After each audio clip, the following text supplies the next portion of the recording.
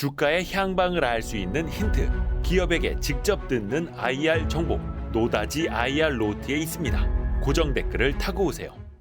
여러분 혹시 인간관계 때문에 힘들었던 적, 사람 사이 문제 때문에 힘들었던 적 없으십니까? 오늘 그랬던 분들이 들어보시면 더 좋을 것 같습니다.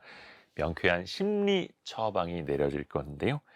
관계 심리학에 묻다. 이 책의 저자인 연세대 미래융합연구원 이현주 연구교수와 함께합니다. 교수님 안녕하세요. 네, 안녕하세요. 저희가 심리학 개론 시간에 네, 종종 뵙다가 오늘은 네. 아예 별책 부록으로 별도로 뺐습니다. 네, 근데 책 이름이 장난이 아닙니다. 네, 제가 이제 짧게 먼저 말씀을 드렸는데 관계 네. 심리학에 묻다. 이제 풀네임이 아니고 네, 전체 제목은 너와 내가 그토록 힘들었던 이유, 관계 심리학에 묻다. 네. 왜 이렇게 긴 겁니까? 사실 뭐 솔직히 말씀드리자면은 예. 그 제목을 온갖 좋은 걸 해서 넣다 보니까 편집장님과 제가 이제 여러 가지를 하다 보니까 좀 길어진 것 같아요. 솔직하시네요. 네, 근데 교수님은 아예 그 관계 심리학을 전공을 더 하신 거죠. 심리학도 종류가 되게 많잖아요. 네, 그 중에서 관계 심리학은 이런 특징이 있다. 네. 어떻게 다른 겁니까? 사실 심리학에는 뭐 인지 심리학도 있고 네. 발달 심리학도 있고 뭐 되게 많잖아요. 소비자 심리학도 있고 네네네. 사회 심리학도 있고. 근데 이제 그 중에서 상담 심리학이라고 하는 영역이 있는데 상담 심리학. 네. 예를 들어서 다른 여타 심리학은 이제 보통 실험 같은 걸 많이 하잖아요. 예. 사람을 이렇게 20명씩 배치를 해서 뭐 이 사람은 이렇고 저 사람은 저렇고 이런 걸 좀 보게 된다든지. 그렇죠. 근데 상담 심리는 본질상 한 명을 좀 만나가지고 깊게 만나는 직업군을 좀 뜻해요. 그런 어떤 심리학의 토대 안에서 보통 상담 심리학은 그러다 보니까 사람을 좀 깊게 만난다는 뜻에서 교육학이라든지 철학이라든지 심리학이라든지 이런 여러 학문과 좀 연관이 다 되어 있다라고도 말씀드릴 수 있어요. 예를 들자면 가장 많이 쓰는 치료 기법인 인지행동 치료라는 게 있는데 인지행동 치료. 네, 그 인지행동 치료를 쓸 때 질문을 하는 것들이 있거든요. 네. 그 질문 중에서 하나가 소크라테스 기법이라는 게 있습니다. 너 자신을 알라. 네. 그래서 산파술과 논박술을 통해서 예. 상대방의 심층을 막 내려가는 그 사람이 사실 산파술이라는 게 아이는 자기 안에 있는 거잖아요. 예. 그러니까 그 사람 내면에 있는 생각 기지의 이면에 숨겨져 있는 생각을 들어 올리기 위해서 그런 질문을 쓰기도 하는데 뭔가 아이를 출산시키듯이 네. 그 사람 내면에 있는 본질을 끌어내는 거예요. 그렇죠. 오. 예를 들자면 우리가 보통 생각을 많이 하고 산다고 생각하지만은 보통 네. 의식적 생각을 많이 하고 그렇죠. 살거든요. 그렇죠. 근데 그 이면에 있는 생각이 있어요. 무의식. 무의식까지는 아닌데 예. 생각을 되게 하지 않으면 그 생각은 잘 눈치를 못 채요. 나도 모르는 나. 예, 그렇죠. 아. 그런 지점에 대한 생각에 만약에 지하 1층이라면 인지행동 치료에 따르자면 뭐 자동적인 사고가 있고요. 그 밑에 중간 신념이 있고요. 그 밑에 핵심 신념이 있고요. 그런 사고를 이렇게 들어갈 때 소크라테스 기법 같은 걸 쓰는데 사실 소크라테스는 철학자잖아요. 예. 그래서 그런 학문에 좀 발을 다 걸치고 있다라고도 말씀드릴 수 있죠. 아, 그리고- 그리고 또 그걸 끌어내는 게 또 네. 중요하고. 그렇죠. 그리고 이제 상담 심리학이라는 건 크게 세 가지의 분야가 있는데 예. 이렇게 둘이 만나서 하는 개인 상담이 있고요. 예. 부부나 가족이 만나는 부부 가족 상담이 있고 아, 마지막은 이렇게 집단이 만나는 집단 상담학이라는 게 있어요. 예. 근데 이제 관계 심리학이라는 게 따로 이제 용어를 만든 건 아니고 사실은 여기서 말하는 부부 가족 상담이나 집단 상담처럼 2명 이상이 만나는 그러니까 3명 정도 넘는 그런 상담 이런 거를 말한다라고 얘기할 수 있죠. 교수님이 특별히 그 관계 심리학에 더 관심을 가지신 뭐 특별한 계기나 이런 건 있어요? 일단 제가 처음에 사람을 만났을 때는 네. 약간 우울과 불안을 거의 많이 언급을 하셔서 네. 아, 이게 되게 정서적인 문제다. 어. 감정에 대한 문제다. 사실 저희들이 쓰는 기법들 중에는 감정을 좀 경감하거나 감정을 좀 배출하거나 이런 기법들이 존재한단 말이에요. 네네네. 근데 처음에는 이제 그런 문제 때문에 오시는데 대부분 조금만 회개가 진행되고 조금만 만남이 깊어지면 그 관계 이면에 있는 인간관계 상처 때문에 오는 경우가 상당해요. 그래서 관계 역학 때문에 사실은 이런 뭐 불안이나 우울과 분노와 같은 감정들이 올라왔구나라는 것을 깨닫게 되면서 인간 관계라고 하는 것이 우리 인간에게 있어서 굉장히 중요한 한 토대다. 심지어 어떤 가장 강한 감정들을 배출시키는 가장 중요한 통로다라는 생각에서 좀 관심을 많이 갖게 됐습니다. 근데 관계 심리학을 이렇게 전공하시고 상담도 많이 하시는 교수님이면 네. 혹시 인간관계 때문에 힘들거나 그런 네. 일은 없습니까? 사실 사람이 다 관심이 있으니까 예. 그런 부분을 전공하잖아요. 네. 그러니까 저 역시도 사람에 대한 좀 힘듦이 많았고 지금도 사실은 없다고 할 수 없죠. 항상 고민을 하고 있는 거고 제가 그것에 대해서 확보했다고 생각하는 것은 아니고 항상 근접해 가는 중이다. 아하. 그러니까 관계를 조금 더 잘해보기 위해서 근접해 나가는 과정이다라고 말씀드릴 수 있겠네요. 근접해 나가는 과정이다. 네, 근데 많은 분들이 그런 이야기 합니다. 뭐 직장인 대상 설문조사를 봐도 그랬고요. 일이 힘든 건 내가 참겠다. 네, 근데 자꾸 직장 생활에서 나 괴롭히는 사람 때문에 힘들다. 네, 혹은 괴롭히지는 않더라도 뭔가 그 미묘한 관계라는 게 있지 않습니까? 네, 그것 때문에들 더 많이 힘들어 하더라고요. 맞아요. 왜 그럴까? 일보다 더 힘든 게 사람이다. 뭐 예를 들어서 이런 게 있어요. 그러니까 사람과 관계를 할 때 사실 힘든 게는 크게 세 가지가 있는데 타인이 조금 유독 그림자가 강한 유형들이 있어요. 타인의 그림자요. 네, 타인이. 그러니까 타인 자체가 예. 우리가 요즘 많이 이제 찾아보기도 하지만 나르시스트라든지 네. 아니면 소시오패스라든지 그런 건 아니라 하더라도 극단적인 이기주의라든지 그런 사람들 딱 티가 나는. 네. 네. 그런 사람하고 이제 엮이게 되면서 사실 이런 필요하죠. 문제가 그렇죠. 이런 문제가 생기는 경우가 상당하기도 하고요. 음. 또 그 사람의 숫자가 적지 않다는 거 있어요, 사실은. 그렇게 뭐 엄청나게 뭐 없거나 그런 게 아니거든요. 그런 경향성은 얼마든지 많이 우리 사회에 존재하고 있고 네. 또 자신이 문제가 있는 경우가 있어요. 근데 또 그건 잘 모르죠. 네, 보통 모릅니다. 그리고 세 번째는 둘 다 그렇게 무슨 뭐 사회적으로 문제가 있는 사람들은 아닌데 둘 사이가 엮이게 되면서 이상하게 우리에겐 다 빛과 그림자가 있는데 좀 점점 그림자로 만나게 되는 왜 기자님 그런 경우 있잖아요. 예. 둘이서 이렇게 보면 남편도 괜찮은 사람이고 네. 아내도 괜찮은 사람이에요. 뭐 물론 완벽하진 않겠지만 그래도 네, 뭐 네. 괜찮은 사람들이란 말이에요. 근데 둘이 만나면 그렇게까지 뭐 안 좋은 경우도 있단 말이에요. 그래서 이제 궁합이라는 말이 나오는 거고요. 네. 그거를 이제 우리 영어로 말하자면 역학, 역동이라는 표현을 쓰는데 서로의 그림자가 엮이게 되면서 더 힘들어지게 되는 사실 이 세 번째 경우가 거의 대부분을 차지한다. 이렇게 말씀드릴 수 있겠네요. 그러니까 저 사람만 안 만났으면 나 괜찮았는데 뭐 이런 말도 나오는 거고. 네. 왜 사회생활도 잘하고 다른 관계에선 문제가 없는데 특정 관계에서만 문제가 생길까 또 이럴 수도 있는 거고. 네. 그걸 또 한번 풀어나가 보죠. 네. 그럼 이런 질문도 먼저 한번 드려볼게요. 그러면 사회생활을 안 하면 괜찮냐? 네. 혼자 있으면 괜찮냐? 네. 안 만나면 괜찮냐? 그거는 해법이 될 수 있습니까? 요즘에 우리 사회에서 뭐 반려동물, 반려식물 이런 것들이 굉장히 좀 유행이잖아요. 맞아요. 그리고 1인 가구가 또 급속도로 늘고 있기도 하고 그렇죠. 물론 그런 거를 이제 사람에 대한 관계적인 것으로만 다 환원할 수는 없겠지만 음. 조금 사람들로부터 벗어나고 요즘에 손절이라는 용어들도 많이 나오고 하는 거 보면은 사람들에 대한 네. 좀 상처도 많으신 것 같고 그러게 요즘에 주식 손절이 아니라 사람 손절이라는 표현을 더 많이 쓰더라고요. 네, 맞아요. 그리고 이 혼자 있어서 나 혼자 있다 보면 그냥 혼자 있어도 괜찮을 것 같은데 자꾸 반려동물이나 반려식물을 자꾸 이렇게 내가 곁에 두려고 하는 것은 사람에 대한 공백을 좀 보담으려고 하는 그 구멍을 메우려는 시도일 수도 있겠죠. 그러니까 우리 사회는 인간관계 때문에 너무 많은 좀 압박감에 지치기도 하지만 네. 가장 외로운 시대일 수도 있다. 이렇게 말씀드릴 수 있겠네요. 그렇죠. 또 근데 사람 사이가 멀어지면은 또 그 관계 또 그리워하기도 하고요. 네. 왜 기자님 그런 거 있잖아요. 가족들하고 싸워서 네. 절대 안 내려간다 이번엔 내가. 네. 이번 명절에 나 내려가나 보다. 그리고 명절만 되면 어떻게 이상하게도 내려가요. 차를 몇 시간 동안 타고 가서 내려가는데 거기서 또 싸우고 이놈의 집에서 내가 다시 노나 봐라. 이렇게 하고 또 올라간 다음에 또 나중에 또 명절 되면 또 내려오고. 네. 그러니까 같이 있으면 괴롭고 또 혼자 멀리 올라오면 있으면 외롭고. 외롭고. 네, 이런 역학이 있죠. 그래서 뭐 이렇게 지지고 볶으면서 사는 거죠. 네. 근데 이게 사람의 마음이라는 게 계절이나 바람이나 물의 진동, 물의 모양만큼이나 또 자주 변하잖아요. 네. 그래서 이제 말로는 마음을 이해해봐라라고 하는데 네. 이 사람의 마음이라는 게 애초에 이해할 수 있는 겁니까? 사실요, 사람의 마음이 보이지 않잖아요. 안 보이죠. 그렇죠. 사람의 마음은 안 보이고 위장도 쉬워요. 아, 그렇잖아요. 예. 사실 사람의 마음을 내가 사실 불안해도 안 불안한 척하고 막 되게 그럴 수 있잖아요. 내가 굉장히 지금 우울해도 굉장히 밝은 척할 수 있단 말이에요. 그래서 또 우울증이 더 위험하다고 하죠. 그렇죠. 그러니까 이게 잘 보이지 않는 특성이 있고 또 마음이라는 게 시시때때로 변하기도 합니다. 그렇죠. 그 유명한 철학자 중에 헤라클레이토스라는 분이 계신데 네. 그분이 이런 말을 하셨어요. 같은 강물에 발을 2번 담글 수 없다. 그러니까 내가 5초 전에 담궜던 물은 저 멀리 벌써 떠내려간 거예요. 그러니까 사람의 마음이라는 게 계속 변하죠. 왜 우리 영화 중에서도 어떻게 사랑이 변하니, 어떻게 우정이 변하니 그러잖아요. 그렇죠. 사실 사람의 마음은 계속 변합니다. 고정되어 있지 않아요. 그래서 마음이라는 것은 알기가 되게 힘든 요인이 바로 여기에 있습니다.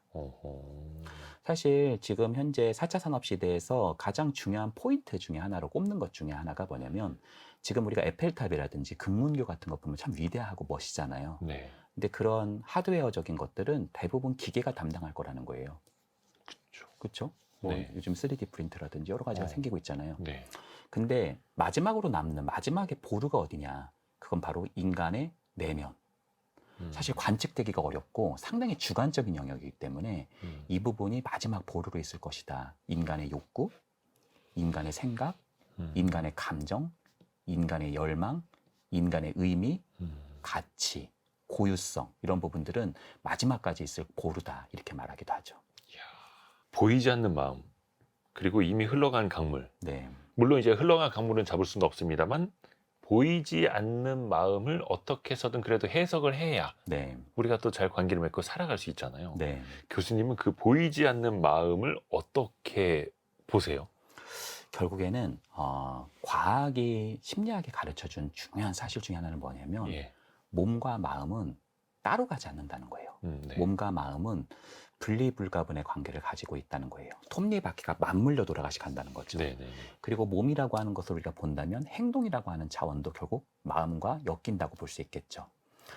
우리가 한번 예를 들어볼게요. 왜 우리 기자님께서 네. 아주 유능하고 숙련된 형사라면 네. 넌지시대가 그냥 직감적으로 맞춘 그냥 범인 찾으러 가지는 않을 거잖아요. 그렇죠? 그렇죠, 그렇죠. 예. 오히려 좀 돌아가는 한이 있더라도 범인의 현장에 가서 그 범행을 했었던 현장 속에 가서 그렇죠. 피해자의 뭐 친척이라든지 피해자가 피해자가 실제로 했었던 경제 활동에서 뭔가 있었다라든지 이 사람의 것을 면밀하게 보잖아요. 주변 탐문부터. 그렇잖아요. 그러니까 어떻게 보면 범인을 따라가지 않고 오히려 노련한 사람일수록 그 사실은 범인의 현장에 가서 시간을 오래 보낸단 말이에요. 그리고 그걸 통해서 범인의 윤곽을 좀 더 명료하게 떠올리게 되죠. 네. 그러니까 우리가 오히려 초심자일수록 막 A로 갔다가 A가 아닌가 보다. B로 갔다가 B가 아닌가 보다. 막 이러면서 굉장히 바쁘면서 가지만 사실 숙련된 사람일수록 그 패턴의 흔적을 주의 깊게 돋보기로 보잖아요. 왜 셜록 홈즈 보면은 그쵸, 범인의 그쵸, 현장에서 그쵸. 굉장히 많은 거를 흔적을 유추하잖아요. 찾으려고 하죠. 그렇죠. 마음은 흔적을 남깁니다. 음. 그래서 그 흔적 속에서 범인의 어떤 마음을 우리가 유추할 수 있는데 그건 나일 수도 있고요. 타인일 수도 있죠. 그리고 그 행동에서 가장 중요한 토대가 바로 의사소통입니다. 그러니까 사람에게 있는 흔적의 패턴들을 볼 때 그 사람이 어떻게 의사소통하는지를 보게 되면 그 사람의 생각이라든지 그 사람의 감정이라든지 그 사람이 대인관계를 어떻게 맺는 패턴 같은 것들이 넌지시 보이게 되기도 하죠. 범죄자가 뭔가 흔적, 증거를 남기듯이 네, 굳이 범죄자가 아니더라도 일상생활하는 모든 사람들이 마음의 흔적을 남긴다. 네, 그걸 보면 된다. 네, 그럴 수 있겠네요. 일단 사람들이 눈에 보이지 않는 마음을 유형별로 좀 나눠서 생각을 하면 또 쉽게 받아들이더라고요. 네. 그래서 MBTI라는 16개 유형도 사람들이 요즘에 보니까 많이 따집니다. 네, 처음 만나는 사람한테 MBTI가 뭐냐. 그 옛날에 혈액형 물어보듯이 많이 물어보지 않습니까? 네. 이것도 중요할까요? 의미 있을까요? 사실 저는 좀 놀란 게 MBTI가 절대 쉬운 검사가 아니거든요. 되게 어려운 검사예요, 사실. 인터넷에서는 거의 축약해서 뭐 한 5분만 해도 할 수 있게끔 나와 있긴 하던데요. 그런 것도 있을 수는 있는데 네. 사실 이제 MBTI는 뭐 단순하게 내가 쉽게 검사를 했다 하더라도 네. 물론 이제 좋은 검사를 실제로 이제 표준화된 검사를 쓰는 게 좋긴 하지만 중요한 건 해석도 이렇게 만만치 않거든요. 왜냐면 이게 16가지나 되고 어렵잖아요. 그렇죠. 근데 사람들이 여기에 왜 관심을 많이 가질까? 사실 저희들은 좀 놀랐어요. 다른 검사도 아니고 이 검사를 사람들이 많이 한다고? 왜냐면 만만치 않은 검사인데. 근데 이런 생각도 해봅니다. 요즘 시대가 뭔가 자신의 고유성을 자꾸 잃어버리게 되잖아요. 사회의 어떤 압박감, 사회에서 요구하는 어떤 스펙, 사회에서 어떤 요구하는 어떤 상 이런 것들을 맞추느라고 우리는 정신없이 다르잖아요. 네. 어떻게 보면 우리나라는 사춘기도 없는 경우가 많고 그냥 뭐 중학교 가서 얘기해라. 고등학교 때는 뭐 고등학교 가서 중학교 때는 고등학교 가서 얘기해라. 고등학교 때는 좀 사춘기가 오려고 그러면 대학교 가서 일단 생각을 해. 너 지금 1년 남았어. 우리가 이렇게 되면서 계속 지연되는 부분이 있단 말이에요. 그렇게 함으로써 우리 모두가 약간 어느 정도의 자신의 이야기를 잃어버린 경향이 있는 것 같아요. 그리고 우리 사회에서는 조금만 우리가 조금 부적응하거나 조금만 라인을 벗어나면 항상 좀 비난의 메시지들이 있죠. 근데 MBTI가 그런 면에서는 약간의 치유가 되는 것 같습니다. 아, 치유가 된다고요? 네. 예를 들어서 내가 되게 뭔가 좀 뜬구름 잡고 좀 현실적이지 못하다 이런 비난을 자꾸 들었는데 지금 보니까 너무나 내가 로맨틱하고 문학 소녀인 어떤 모습이 있다. 이렇게 예석을 하잖아요, MBTI에서는. 그리고 너는 왜 이렇게 이기적이니? 네 생각만 하지 말고 다른 사람을 배려 좀 해. 그렇게 얘기하는데 알고 봤더니 내가 나폴레옹 유형이래. 막 이렇게 생각하기도 하고요. F가 아닌 T. 그러니까 어떤 면에서는 너무 냉정하고. 그렇죠. 어떤 면에서는 T라고 하는 것이 우리가 되게 비난받았을 만한데 그게 되게 나에게 어떤 치고 나갈 수 있는 도약점이라고 얘기하는 지점들. 그냥 저 사람은 이성적인 사람이야 뭐 이런 거. 네, 그런 점으로 조금 나를 보게 만드는 나의 잃어버린 이야기를 좀 발견하게 하는 점에서 많은 사람에게 좀 치유가 되는 그런 측면이 있는 것 같아요. 교수님의 MBTI를 여쭤봐도 실례가 아닐까요? 저는 ENFJ입니다. 네, 좋은 유형이네요. 기자님도 ENFJ시잖아요. 그렇죠. 네, 저도 ENFJ이고 네. 이게 그 전 세계에 그렇게 많지 않은 유형이라고는 하더라고요. 아, 맞아요. 원래는 정말 좀 드문 유형이죠. 네. 네. 그래서 조금 피곤합니다. 이제 주변 사람들만 좋은 인간 유형이라고는 하는데 뭐 네. 딱히 설명은 따로 안 드리겠습니다. 네. 근데 어찌 됐든 간에 이게 하나의 방어 도구가 될 수도 있고 또 그 사람을 이해하는 기제가 될 수도 있는 거고요. 사실 유용하게 써 먹어야 되는데. 그렇죠. 사실 MBTI는 성격 검사로서 타당도를 충분히 구비한 검사라고 보기는 어려워요. 네. 사실 진짜 좋은 이제 성격 검사로 우리가 뽑히는 거는 빅5 성격 검사 같은 거는 정말 네. 좋은 검사일 수 있는데 사실 이 MBTI는 이제 타입 인디케이터라고 해서 유형 검사기 때문에 내가 E가 나오면 I로는 못 들어가잖아요. 그러네. A 상자에 들어가면 B 상자에 못 들어가잖아요. 그러니까 이런 유형 검사의 이제 문제는 뭐냐면 ENFP가 예. ENFJ가 되려면 사실 한 끗 차이인데 네네네. 거의 개종 수준이잖아요. 세계관이 달라가지고 사실 그런 부분이 MBTI가 가지고 있는 맹점이죠. 한계일 수 있겠네요. 네. 그렇다고 해서 제가 MBTI가 효용 가치가 없다고 생각하지는 않고요. 사실 MBTI는 검사로서도 좀 괜찮긴 하지만 사실 보통 임상가들이 이 사람의 질문, 이 사람에게 하는 질문이라든지 네. 이 사람의 행동이라든지 이 사람의 표정이라든지 음조 같은 걸 보면서 이 사람의 대략적인 패턴을 예측하는 데 있어서 MBTI의 질문들이 많이 쓰입니다. 사실 4가지 질문이 있잖아요. 예. 첫 번째 E와 I를 나누냐가 에너지가 어떻게 쓰이느냐. 저 내향 외향. 그렇죠. 그 두 번째는 이 사람은 정보를 어떻게 수집하는가. 네, 정보 수집 방식. 그걸 오감으로 수집하는가 아니면 직감의 영역 혹은 어떤 면에서 오감을 넘는 육감 영역으로 자꾸 보는가. 그리고 세 번째는 이 사람이 어떤 식으로 의사결정을 하는가. 네네네. 그리고 이 사람의 마지막 생활의 패턴이 어떤가. 이 4가지의 질문을 있어요, 물어보는. 그런 질문들을 가지고 네네네. 이 사람의 경향성을 볼 수 있는데 성격 검사로서의 보다는 어떤 면에서 현재의 패턴 검사. 바뀔 수도 있다는 거지만 오히려 이 사람의 현재를 볼 수 있는 좋은 검사라고도 할 수도 있겠네요. 아하. 키워드를 열어가면서 조금 더 이야기를 깊이 들어가 볼 텐데요. 네. 너와 내가 그토록 힘들었던 이유, 네. 관계 심리학에 묻다. 이 네. 책을 직접 쓰신 이헌주 교수님과 이야기를 나누고 있습니다. 네. 첫 번째 키워드, 5가지 의사소통 방식입니다. 네. 말씀 중에 아까 방금 빅5 검사라는 네. 것도 이야기를 해주셨거든요. 그게 네. 이겁니까? 아, 그렇진 않습니다. 아, 다른 거예요? 네. 5가지라서 이런 네. 줄 알았네. 빅5 검사야말로 진짜 성격 검사에 가장 가까운 검사 중에 하나다. 이렇게 네. 말씀드릴 수 있고요. 의사소통 검사는 오히려 MBTI하고 유사하게 현재의 패턴을 보여주는 그런 검사다라고 말씀드릴 수 있고요. 현재의 패턴. 네. 5가지 그런 유형. 네. 네. 그렇다는 말은 다시 말하자면은 현재의 패턴이지만 얼마든지 바뀔 수 있다. 아하. 성격 검사가 아니기 때문에 그렇게 말할 수 있겠죠. 대표적으로 어떤 것들인지 좀 설명해 주세요. 크게 5가지의 유형이 있고요. 이 의사소통 유형은 이제 버지니아 사티어라고 하는 가족치료의 선구자라고 하시고 또 어머니라고까지 불리시는 아주 뛰어난 임상가가 제시한 방법이었습니다. 가족 치료예요? 네, 가족치료. 제가 아까 개인 가족 상담과 단위로. 그렇죠. 개인 상담과 부부 상담, 부부 가족 상담, 마지막에 집단 상담이라고 다녔는데 네. 우리가 보통 프로이트나 알프레드 아들러 이런 분들은 개인 상담에 들어가시는 분들이고요. 사실 부부의 가족 상담도 얼마나 많은 임상가들이 있었겠어요. 네. 그 중에서도 굉장히 좀 독보적인 인물 중에 한 분이셨죠. 이 5가지 유형은 크게 5가지 유형 중에 하나를 먼저 말씀드리자면은 예. 첫 번째가 회유형. 회유. 네. 두 번째가 비난형. 비난형. 세 번째가 초이성형. 초이성형. 네. 네 번째가 산만형. 3만. 네. 5번째가 일치형입니다. 일치형. 요걸 우리 청취자 여러분도 네. 또 유튜브를 통해서 보시는 우리 구독자 여러분도 네. 나는 어디에 속하는지 네. 혹은 내 가족이나 내가 지금 머릿속에 떠올린 사람은 어느 유형일지 생각하면서 들으시면 더 재미날 것 같습니다. 네. 사실 이 의사소통 유형은 뭐 소시오패스나 뭐 나르시스트처럼 병리적인 사람을 보는 것이 아니라 우리 일상에서 얼마든지 관찰할 수 있는 사람을 말한다라고 네. 얘기할 수 있겠네요. 네. 먼저 회유형에 대해서 한번 살펴보자면 회유형이 말은 어려울 것 같은데 우리 사회에 굉장히 많습니다. 회유형은요, 정확하게 이렇게 말할 수 있을 것 같아요. 한마디로 얘기하자면은 나의 감정이나 욕구는 많이 무시하고 나도 느끼는 감정과 욕구가 있잖아요. 네. 그걸 무시하고 타인의 감정과 욕구에 맞추는 사람. 그러니까 회유를 하는 사람이 아니라 회유를 스스로 당하는 사람인 거예요. 그렇죠. 다 맞춰주는 네, 사람들. 맞추는 사람. 난 괜찮아. 네. 네. 그러니까 이게 사실은 우리가 보면 나도 다 생각이 있고 감정이 있고 욕구가 있잖아요. 네네네. 근데 이 사람들은 자꾸 다른 사람에게 맞춰주니까 가장 관심 있는 건 내 감정과 내 생각과 내 욕구가 아니라 이분들이 가장 관심 있는 건 타인은 나를 어떻게 생각할까? 타인은 나를 어떻게 느낄까? 계속 이 생각하고 계시는 분이에요. 외부의 인식을 더 많이 신경 쓰시는 건데요. 네.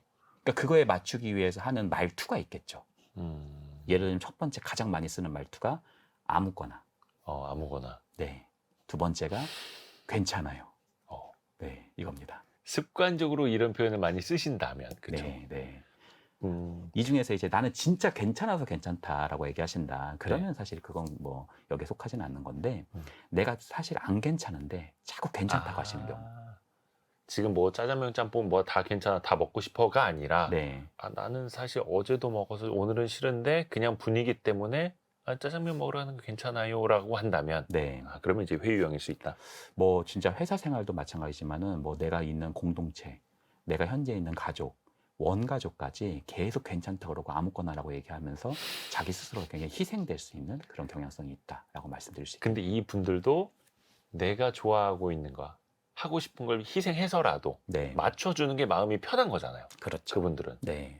그렇게 살아가는 거고. 어떻게 보면 자원 중에 엄청난 관계성이 있죠. 우리가 어. 보통 말하는 착한 아이 컴플렉스라고 말하는 사실 원형이 이 회유형 분들이다라고 말씀드릴 수 있겠네요. 그래요. 근데 뭐 딱히 회유형이 주변에 있다라고 해서 막 피곤할 것 같지는 않습니다. 네. 사실요, 회유형 분들은 타인에게 이런 말을 많이 들었을 가능성이 있어요.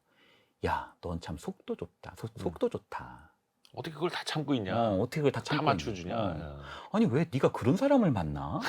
왜 그런 사람하고 친구를 해? 이런 얘기를 할 수도 걔 있고. 이상하지 않아? 그걸. 네. 야, 네 일을 해. 왜 다른 사람의 일을 자꾸 해줘? 네 일을 해. 이럴 가능성이 있죠.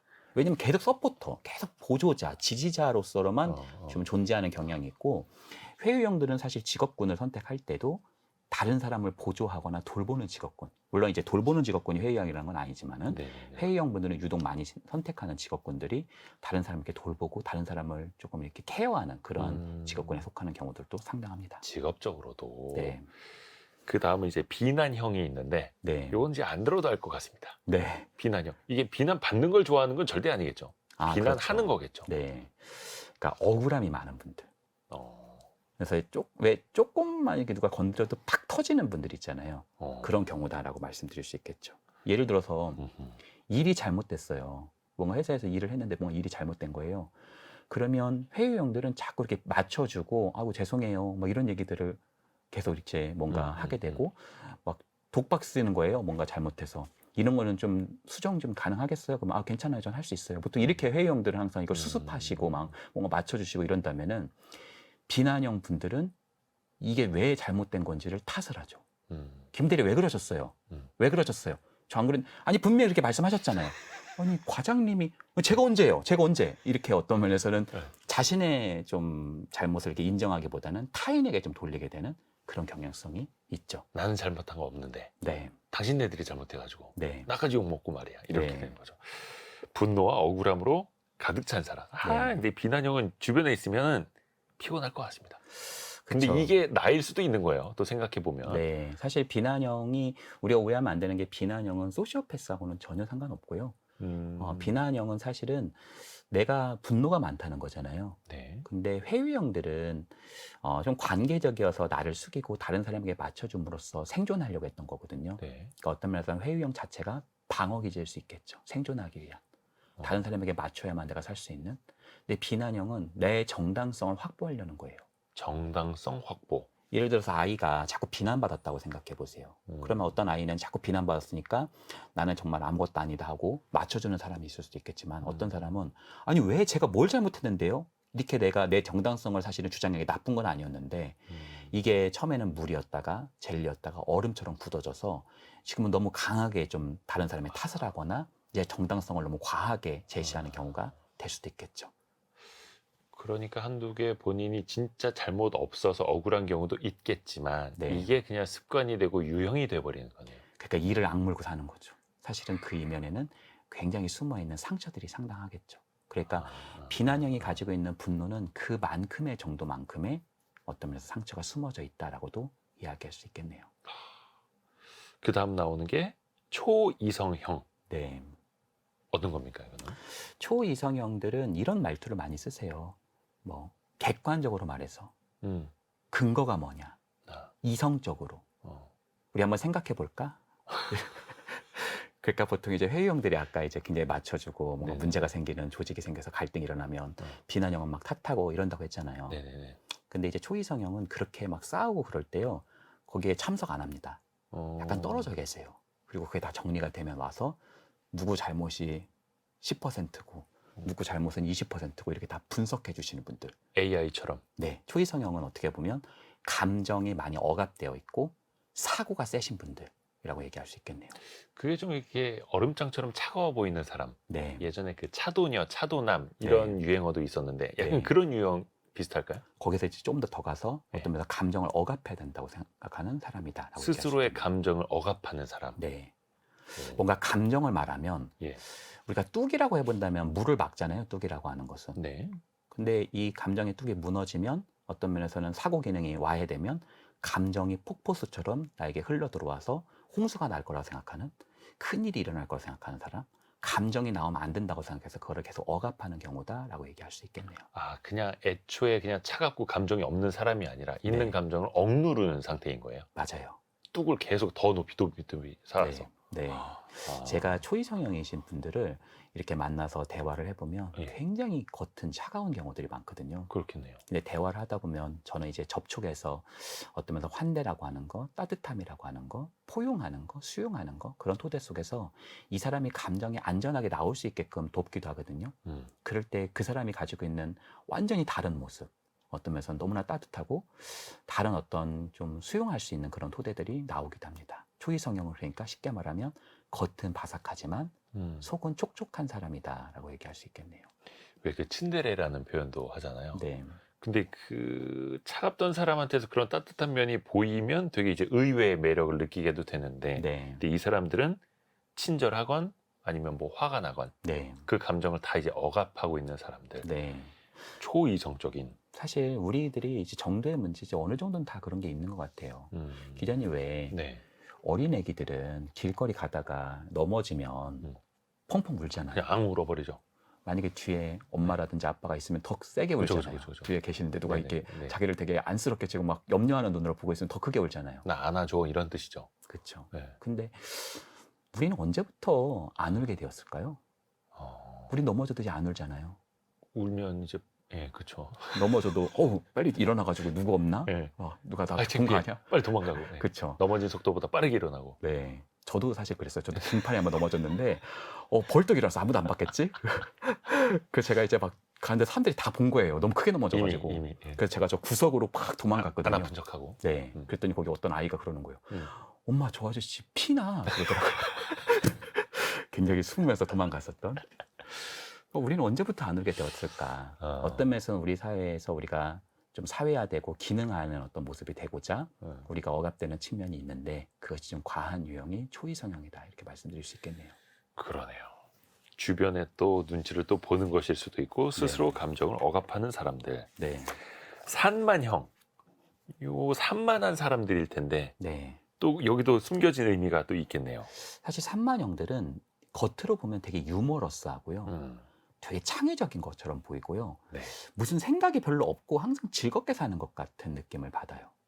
그게 하하호호, 네, 히히헤헤. 되게 개그맨 같고 막 네네네. 되게 정신없다. 약간 이런 느낌을 받을 수 있고. 네네네. 근데 사실 우리가 삐에로가 진짜 웃는 건지는 모르잖아요. 사실 저는 예전에 슈퍼를 가보면 슈퍼 주인이 이렇게 계시잖아요. 네. 그럼 너무 저 사람 얼마나 행복할까 이런 생각도 하고 네네네. 제가 나중에 크면 슈퍼 주인을 하려면 어떻게 해야 하면 되는지 막 물어보기도 하고 문방구 사장님, 네 떡볶이집 사장님. 온갖 걸 다 가지고 계시는 것 같은 제일 행복해 보이죠. 어릴 네. 적에. 저렇게 큰 엿을 저분은 몇십 개를 가지고 계시구나 1등에 나오는 엿인데 어. 근데 우리가 커보면 사실은 그분이 그렇게 행복한 게 아닐 수 있다는 걸 우리가 깨닫잖아요. 행복한 가면을 썼다고 해서 그 사람이 진짜 즐거운지는 사실 알 수 없는 그렇죠, 영역이잖아요. 그렇죠. 개그맨이 막 웃긴다고 해서 진짜 그 사람이 정말 삶이 100% 긍정적인지는 우리가 사실 담보할 수 없단 말이에요.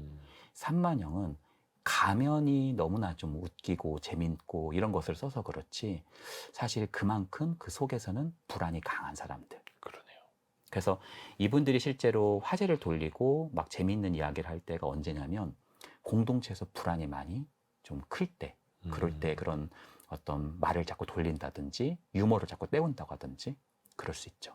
아, 그러니까 막 양측에 뭔가 기가 팽팽하고 네. 일촉즉발의 상황인데 옆에서 뭔가 좀 농담 하나 던지려고 하고 네. 아, 이런 사람들. 예를 들어서 아까 갈등이 많은 조직으로 돌아가 보자면은 예, 예.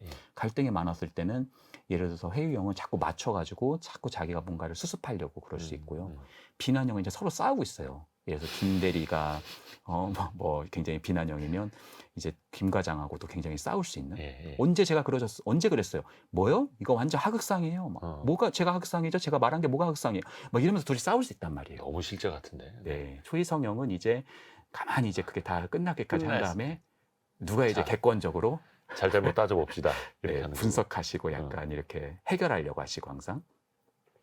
근데 산만형들은 갑자기 뜬금없이 뭐 핸드폰 하고 계시고 이러다가 그 어떻게 생각하세요? 그럼 뭐가요? 다 사실 알고 있는데 모르는 것처럼. 참 너는 참 속도 좋다. 아니 참 너는 참 진짜 인생 쉽게 산다. 약간 이런 느낌을 받을 수 있는데 사실 그런 게 아니죠. 누구보다 불안한 사람들. 갑자기 막 이러는 거예요. 그럼 우리 이제 점심 뭐 먹으러 갈까요? 지금 밥 먹는 게 지금 눈에 들어와요? 막 이제 비난형이 그러시면 이제 또 가만히 계시는. 그러니까 이게 사실 이분이 거의 드라마 캐릭터들이 한 자리에 다 모인 것 같은데. 네, 사실 이분이 정말 밥 먹고 싶어서 그런 게 아니라 그 화제를 갈등을 돌리려고. 그렇죠. 그 갈등을 견디기가 어려워서 그런 이야기를 하는 사람일 수 있다라고 말할 수 있겠네요.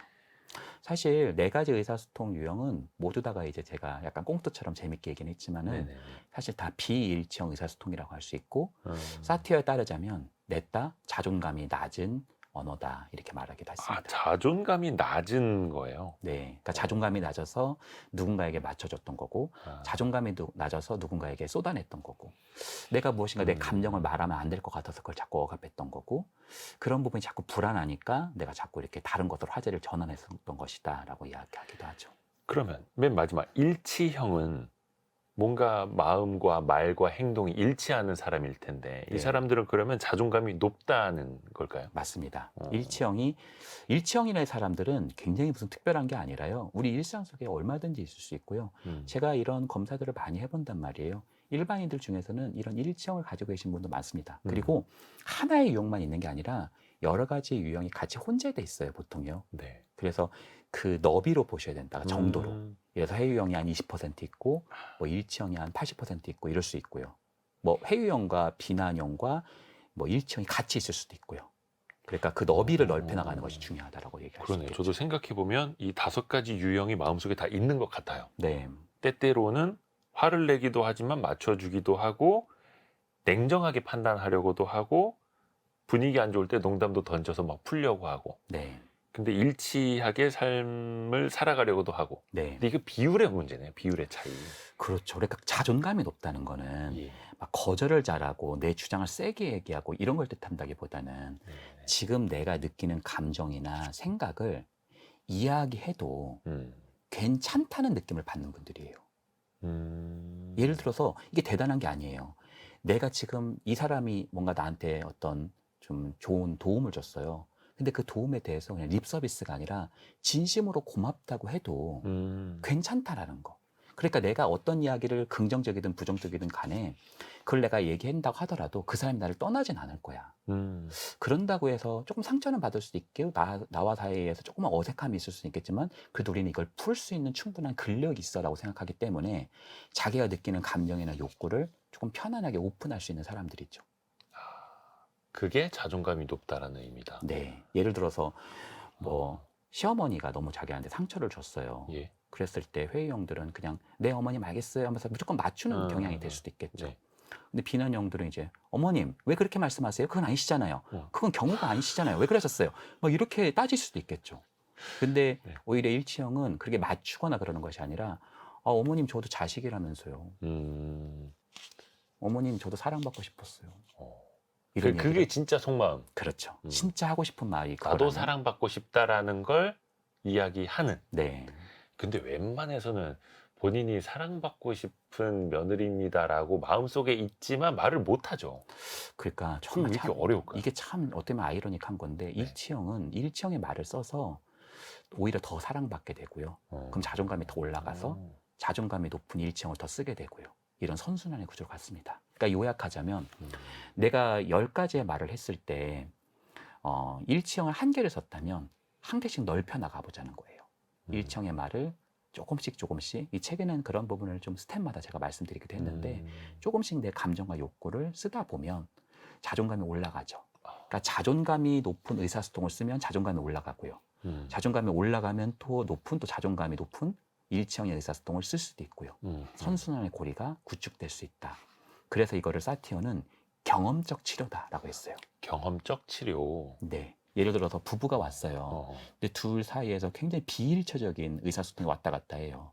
그럼 지금 이 둘 사이의 어떤 관계의 어떤 자원이 0점일 수 있잖아요. 그렇죠. 근데 이걸 어떻게 사티어는 생각하시냐면은 둘 사이의 일치형의 의사소통을 1, 2, 3, 4 쓰다 보면은 이 사람의 자원이 10, 20, 30, 40 채워진다고 본 거죠.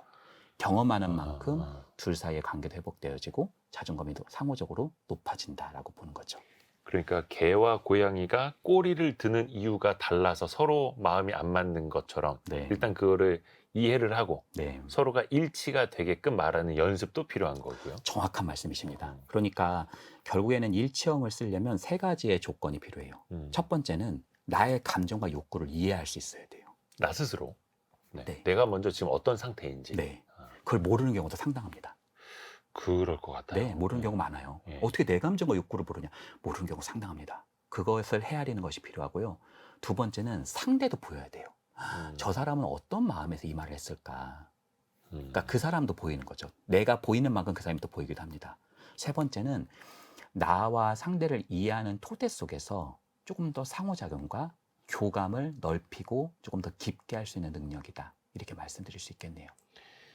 그래서 이제 자기 객관화, 네. 메타인지 네. 이런 거 우리가 많이 배우는데 사실 이런 걸 찾아보시는 분들은 네. 클릭해서 여기까지 들어왔거나 네. 라디오를 처음부터 여기까지 듣고 계시는 분들은 자기 객관화를 하고 메타인지를 키워서 사회생활을 잘 하려고 노력을 하시는 분들일 텐데 네. 문제는 네. 아닌 분들이잖아요. 네. 그런 분들은 안 들어. 네. 보라고 해도 안 봐. 맞아요. 그러고 나서 어디 가서 싸워. 네. 어떻게 해야 그렇죠. 됩니까? 그런 분들한테는. 네, 아마 이걸 들으시는 이제 뭐 청취자분들께서는 아마 다들 인간관계에 대한 고민도 많으시고 자기에 대한 성찰 능력이 높으신 분들일 거예요. 그분들이 자원이 높습니다. 근데 기자님, 네. 왜 아내와 남편이 이렇게 오잖아요. 예. 그러면은 둘이서의 어떤 역학 속에서 문제가 발생을 하잖아요. 예. 근데 치료의 기제는 어디 있냐면 조금 더 자원이 높은 사람에게 있어요. 치료의 기제요? 그러니까 치료의 순간은 부부가 왔을 때 아내와 남편이 있어요. 예. 근데 아내가 조금 더 성찰 능력이 있고 조금 더 바뀔 수 있고 조금 더 물을 선순환으로 고리를 구축할 수 있으면 아내를 조금 더 좀 격동시켜서 긍정적인 변화의 축을 형성하기도 합니다. 그러니까 그렇죠. 쉽게 말하면 한 명이 자존감이 높은 언어를 쓰기 시작하면 관계는 역학을 가지고 있는 거라 예. 물꼬리가 조금 더 긍정적 방향으로 가기 때문에 그 사람에게도 조금 긍정적인 영향을 주기 시작한다는 거죠. 같이 이제 상승 효과가 생기는 거예요. 네. 좋네요. 하여튼 주변에서도 그런 상승 효과를 나타내기 위해서 나 스스로 나를 파악하고 일치형의 언어를 쓰고 행동을 하고 같이 올려주고 네. 중요한 건 주변에 이런 얘기를 좀 들으라고 추천해 주시고 이 영상도 공유하고 네. 그게 중요합니다. 네. 자, 다음 키워드도 한번 들어볼게요. 네. 헤아림의 언어입니다. 네. 헤아림의 언어? 네. 이 어떤 뜻일까요? 헤아린다는 게 상대방을 좀 이해한다는 뜻을 가지고 있잖아요. 네. 그래서 보통 상대를 이해하는 언어를 우리가 쓰게 될 때 상대하고 내가 교감을 좀 쌓을 수 있다는 거죠. 사실 반대되는 게 뭐냐면 상대를 좀 판단해 버리는 거. 아, 내가 네. 그냥 재단해 버리는. 네, 그냥 어떻게 보면 우리가 그런 언어를 많이 써요. 가까운 사람한테도. 예를 들자면 뭐 비난과 비교의 언어 같은 것들. 뭐 대표적인 언어가 너는. 야, 너는. 왜? 그리고 두 번째 도대체. 도대체 왜 너는? 네. 그래, 도대체. 차라리 여기까지 그랬어. 차라리 저기까지 그랬어. 세 번째, 누구는. 그러니까 이게 자식한테도 이런 얘기 하죠. 야, 넌 도대체 뭐 하는 애니, 너 도대체? 야, 네 친구 그 현수를 봐봐라. 아니, 걔는 벌써 그걸 다 뗐대. 넌 도대체 뭐 하는 애야? 그러면 이제 아이는 엄마나 잘해, 엄마나. 뭐? 너 지금 엄마한테 뭐라 그랬어? 엄마 닮아서 그래. 이제 거의 막 싸우게 되는 이제 그런 경우가 있다는 거죠. 그렇죠. 그러니까 헤아림의 언어는 내가 상대방의 판단을 하는 것을 조금 내려놓고 상대를 좀 헤아려보고 나를 이해할 수 있는 토대 속에서 교집합을 조금 더 늘리는 것이다라고 말씀드릴 수 있겠네요. 아, 내가 스스로 먼저 판단하고 재단할 게 아니라 네. 이해하려고 조금 더 열어놓는 거네요. 네, 언어이지만 열어놓는 거. 네, 너는 도대체 누구를 닮아서? 예, 이런 네. 표현들 가정에서들 많이 쓰실 텐데. 네. 그러면 반대로 좋은 언어를 배워야죠. 좋은 네. 언어를. 어떤 말들, 어떤 표현들이 더 힘이 됩니까? 일단은 몇 가지 제가 좀 제시를 해보려고 그러는데 네. 첫 번째가 맞아요예요. 맞아요. 네, 그래요. 네. 공감하는 거. 네, 맞아요. 예. 그래요. 그럴 수 있어요. 음, 사실요, 이 말 한마디가요, 상당히 좀 사람을 유연하게 만들고 사람에게 있어서 굉장히 다정한 말을 하게 만듭니다. 그러니까 말끝마다 맞아요를 쓰는 거예요. 왜 화가 나신 분은 우리가 공감하기 힘들 수 있잖아요. 네. 화난다고 그건 아니시죠. 이러시면 상담에 안 오실 거잖아요. 사실 그분이 안 오실 거란 말이에요. 그러니까 이렇게 얘기하는 거예요. 일단 네. 처음에는 충분히 화날 수 있어요. 아, 그러실 수 있어요. 네. 이 말은 잘 뜯어보면은 화난 행동이 다 맞다는 게 아니에요. 화난 행동이 틀리다는 것도 아닙니다. 화나는 감정은 자동으로 일어난 거잖아요. 네. 그러니까 그 화나는 감정은 자동으로 일어난 거기 때문에 그 감정을 타당하여 주는 거예요. 충분히 화날 수 있어요. 그리고 그 화가 났던 이유, 그 기원, 화나는 이유를 이야기하다 보면은 그 사람에 대한 내밀한 어떤 이야기들이 나오기 시작하고 그 토대 속에서 그 사람의 변화의 축이 형성될 수 있다. 이렇게 말할 수도 있겠죠. 어떻게 보면 이제 마음을 열기 위한 시작인 거네요. 네. 그게 뭐 잘했다 잘못했다가 아니라 네. 재단하지 말고 그러실 수 있어요. 맞아요. 그랬네요. 이렇게. 맞아요. 그러니까 관계가 약간은 이렇게 보면 좋아요. 관계는 옳고 그름이 아니에요. 그러니까 내가 옳고 당신은 틀렸어. 내가 이렇게 가면은 그 사람도 내가 왜 틀렸어? 당신이 틀렸지. 이러면서 거의 싸우게 될 가능성이 큽니다. 그러니까 관계는 옳고 그름이 아니라 관계는 서로를 긍정하는 토대에서만 일어난다. 그러니까 내가 상대를 긍정하지 않으면 관계가 좀 일어나기 쉽지 않을 수 있다. 이렇게 말씀드릴 수 있겠네요. 관계는 옳고 그름이 아니다. 네. 그렇죠. 항상 내가 옳고 너는 틀려부터 하면 뭐 이거는 뭐 관계가 되지도 않는 거고요. 네. 그러니까 어떤 분들은 그런 표현을 습관적으로 써요. 대화할 때. 아니 그게 아니고. 네. 예전에 그런 유행어도 있지 않았습니까? 맞아요. 아니 그게 아니고. 네. 그러면 이제 될 것도 안 되는데 네. 우선은 맞아요. 네. 그럴 수 있어요부터 공감하는. 네. 근데 그 사람 말이 다 안 맞을 수도 있잖아요. 내가 그렇죠. 그걸 수용하기 힘들 수 있잖아요. 네. 그렇잖아요. 저건 분명히 아닌데. 그렇죠. 그럴 수도 있단 말이에요. 예. 그러니까 이렇게 해보는 것도 도움이 돼요. 제가 예전에 한 뭐 프로그램을 보니까 어떤 사회자가 계시고 교수님이 양 옆에 계셨어요. 네. 근데 이제 A 교수님이 뭔가를 막 얘기하신 거예요. 네네네. A 교수님이 막 한 10분 정도 얘기하셨어요. 근데 이게 토론회도 아니었는데 예. B 교수님 생각은 어떠세요? 그랬더니 B 교수님 바로 처음 언어가 그거더라고요. 저는요, A 교수님하고는 생각이 좀 다릅니다. 이렇게 시작하시더라고요. 대부분 우리나라 토론 방송 그렇지 않나요? 그 A 교수님 싸우려고 나오고. 예. 아니, 근데 이제 이건 토론 수업이 토론에 대한 프로그램이 아니었는데도 그러시더라고요. 그래서 제가 A 교수님 눈빛에 얼른 봤거든요. 표정이 어떠신지. 거의 막 일그러지는 거예요. 그렇죠. 예를 들어서 A 상하죠. 교수님이 아니 왜 그렇게 아니 제가 틀렸다고 그랬나요? 저는 그냥 생각이 다르다고 했을 뿐입니다. 생각이 다른 건 당연한 거잖아요. 다양성. 이렇게 아무리 같은 얘기해도 말인데 이게 예, 어감이 기분이 안 좋다는 거죠. 그렇죠. 근데 B 교수님 입장에서 억울할 수도 있어요. 네. 아니 내가 A 교수님하고 생각이 다를 수 있는데 왜 다양성을 얘기하지 않냐. 음. 사실 이 사람이 얘기한 게 주장이 100이라면 100 다 아닐 수는 없을 거예요. 사실은 맞는 부분도 있을 겁니다. 어느 정도는 이해하는 부분도 있을 거예요. 예를 들어서 여당과 야당이 뭐 싸우려고 왔어요. 그렇다고 해서요. 나라를 조금 우리가 좋게 하려고 하는 토대는 사실 똑같아요. 네, 똑같은 거잖아요. 그 방식이 다른 거지. 그렇죠. 나라 망하게 하려고 하는 그건 아니잖아요. 정치인들은 그렇죠? 없겠죠. 그러니까 그거를 인정하고 들어가는 거예요. 그러니까 내가 인정하는 부분에 대해서 긍정하고 들어가는 거예요. 예를 들어서 이렇게 말하는 거죠. 아무리 제가 달라도요. 제가 A 교수님의 이러이러한 부분에 대해서는 100% 저도 동감합니다. 이렇게 하고 저는요. 근데 저는 이런 생각도 좀 해봤어요. 소위 A가 아니라 B다. 이게 아니라 A에 맞는 부분을 얘기하고 그 터전에서 플러스 알파를 얘기해 보는 거. 그러니까 항상 우리는 공을 굴려가서 더 멋진 공을 굴려나갈 수 있다는 토대. 이런 것이 어떤 면에서는 수용의 언어다라고 얘기할 수 있겠네요. 야, 요거에 토론 수업할 때도 되게 중요하겠네요. 네. 일단 시작부터 어떻게 하고 들어가는지. 그렇죠. 그러니까 상대방이 얘기했을 때 그 상대방이 그러니까 우리 B 교수님께서는 이러이런 부분에서 이렇게 말씀하신 것 같은데 저도 그런 부분에서는 100% 동의합니다. 그리고 저는요 또 이런 생각도 좀 해봤어요. 예.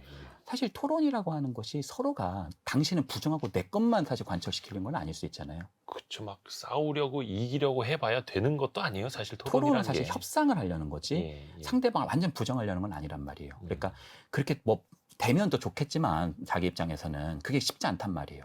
예를 들어서 여당과 야당이 싸우는데 토론에서 한 축이 다른 한 축을 완전히 깬 거예요. 근데 깨진 사람이 집에 가면서 내 생각이 틀렸구나. 저분 되게 논리적이시네. 앞으로 나도 생각을 바꾸셔야겠다. 이런 생각을 하시면서 가지 않는단 말이에요. 그래서 절대 100분 토론은 100분 안에 안 끝나고요. 밤샘 토론을 해도 안 끝납니다. 그 모멸감은 평생 갑니다. 그렇죠. 네. 저 자식 가만히 두나봐라 뭐 이렇게 네. 되죠. 예. 감히 내가 그때 그 말을 했었어야 되는데 저 인간한테 다음번에 내가 진짜 제대로 내가 한번 먹여주겠다. 사실은 인간은 이성적 동물이라기보다는 네버엔딩. 그렇죠. 네. 감정적 동물입니다. 맞아요. 네. 그래서 뭐 데이터 논리 뭐 이런 것도 좋지만 찍어 누르는 게 아니라 네. 대화하고 토론하면서 협상하고 협의하고 그러면서 합의를 하는 거죠. 치열하게 싸울 수도 있지만 상대방을 내가 100% 부정하지는 않는 태도. 상대방이 어느 정도는 내가 수용하는 토도. 나도 좀 수용하고 저 사람도 토대를 수용할 때 그 수용의 토대가 조금씩 넓어질 수 있다는 거죠. 이래서 배워야 됩니다. 네. 근데 이제는 많은 분들이 보시면서도 상대방을 막 찍어 누르는 사람이 토론 잘한다라고 보질 않아요. 이제 네. 의식 수준이 높아져서 네. 상대방을 잘 존중하면서 자기 이야기도 잘 전달하는 사람이 사실은 토론 잘한다라는 거 이제 많이들 느끼고 계시죠. 근데 이제 물론 뭐 토론이라고 하는 것이 자기 스스로만 대화하는 게 아니라 어떤 면에서는 자기가 가지고 있는 가치관을 또 시청자들도 많이 보잖아요. 그런 측면을 어필하려고 하는 경향도 있다고는 생각해요. 그렇죠, 그렇죠. 그렇지만 중요한 건 뭐냐면 일단은 우리 대화는 대부분 토론은 아니잖아요. 네. 근데 대화를 토론처럼 하시는 분들이 계세요. 대화를 토론처럼 네. 초이성형. 네, 상대를 막 찍어 누르려고 한다거나 네. 내 의견만 맞다고 하거나 상대방을 다 잘못했다고 해버리거나 그런 경우가 회사에서만 그런 게 아니라 가족이나 부부 사이, 연인 사이에도 어마어마하게 많이 존재합니다. 그래서 이런 거예요. 우화를 보자면 예. 해와 바람처럼 바람이 너무 세면 옷기서 오히려 염이잖아요. 그렇죠. 그러니까 따뜻한 환대와 상대를 긍정하는 토대에서 상대가 가지고 있는 방어 기제가 조금씩 좀 벗어 던질 수 있는 토대가 형성된다. 이렇게 얘기할 수 있겠네요. 그것도 이제 상황에 따라서 잘 좀 파악을 하면서 네. 사용을 좀 하시길 바라겠습니다. 네. 혹시 이것도 좀 팁을 주시면 좋을 것 같은데 요즘에 또 이제 세대 간에도 대화를 어려워하시는 분들 계세요. 네. Z세대랑 같이 일하기 힘들어. 왜냐면 이제 Z세대들이 회사에 입사하는 시기 아닙니까? 네. 그런 분들을 위한 좀 팁을 주실 수 있을까요? 사실 제가 최근에 어떤 이제 그 기관을 제가 가는데 네. 거기서 이제 저를 픽업을 해서 이제 데리러 나왔더라고요. 네네네. 근데 저를 보시면서 그 이제 직원분께서 예. 되게 젊으시네요. 그러시는 거예요. 그래서 제가 저도 MZ 세대입니다. 그랬거든요. M세대 걸쳐 있다. 네. 저 끝에. 네. 그때 그분이 엄청 웃으시는 거예요. 그러더니 그게 바로 가짜 MG 판별법이래요. 우겨. 네. 네, 자꾸 우겨. MG 진짜 MG는 MG라고 한대요. 근데 저같이 그냥 가짜 MG들은 MZ라고 한대요. 옛날 사람. 마징가 Z 시대. 네.